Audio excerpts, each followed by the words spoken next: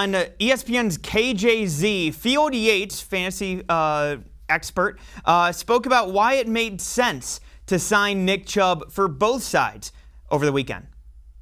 I am typically not necessarily the biggest proponent of paying running backs at or near the top of the market. There is some value here in the fact that it's a 3-year contract where you do expect that for the next 4 seasons, 2021 included, Nick Chubb should be at or near the top of the running back class amongst the best. That includes the Christian McCaffreys and the Dalvin Cooks and the Derrick Henrys and those type of players. So I actually think it's a reasonable deal on both sides.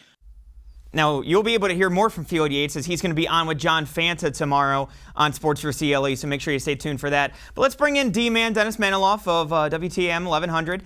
And D-Man, you know, when it came to signing Nick Chubb, obviously the analytics might not necessarily say you pay a running back, but in this case, it just seems like it made sense for both sides. You're 100% correct, and it felt like a win-win for both sides of it. Running backs, no matter how good they are, and we know Nick Chubb to be great. I say he's the best back in football. I get an argument from those who support Derrick Henry or maybe another running back in there. But at the minimum, Chubb's the top 3 running back in the NFL.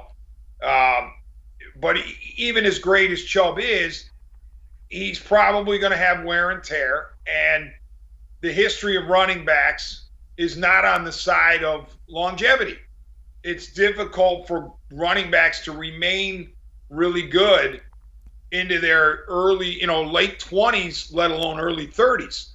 So if you're a running back, you make sure you get as much money as you can early and make it, as much as you can guaranteed, which it appears is what happened here with Chubb. I mean, we're not in the room. We didn't negotiate, but it looks like a good deal for Chubb. Looks like a decent deal for the Browns as well. Nick Chubb is not just a great back, but he is an integral part to the Cleveland Browns. He is more important to the Cleveland Browns than maybe a lot of people would realize. And that's why it's so important to give him his due in terms of bank.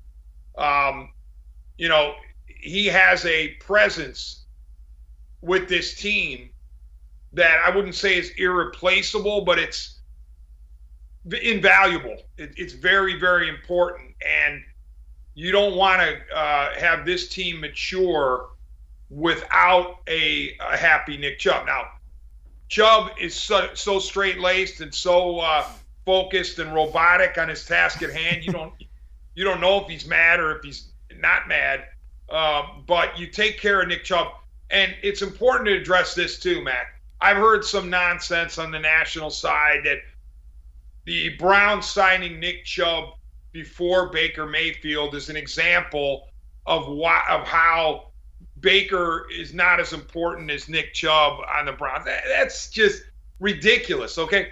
Nick Chubb is very important, but Baker Mayfield is too.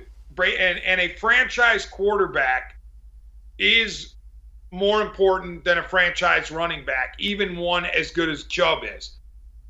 The reason that Baker Mayfield has not signed yet does not have to do with Nick Chubb.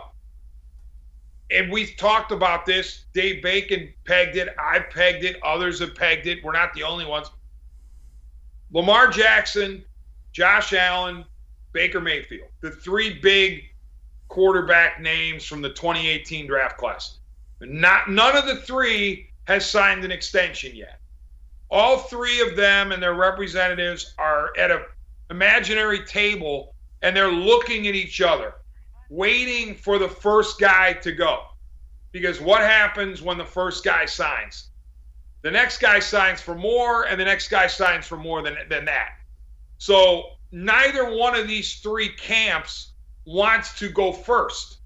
So it made total sense that the Browns would extend Nick Chubb before they ever got around to extending Mayfield, if Mayfield wants to be extended at all, because that's a possibility that he doesn't even want to be extended. Or at the very least, Mayfield wants to wait until Allen signs or Jackson signs. So Dave and I and others predicted that Nick Chubb would get would get the extension before Baker did, but it has nothing to do with Baker not being as much of a priority as Chubb, or he's not as big a deal as Chubb.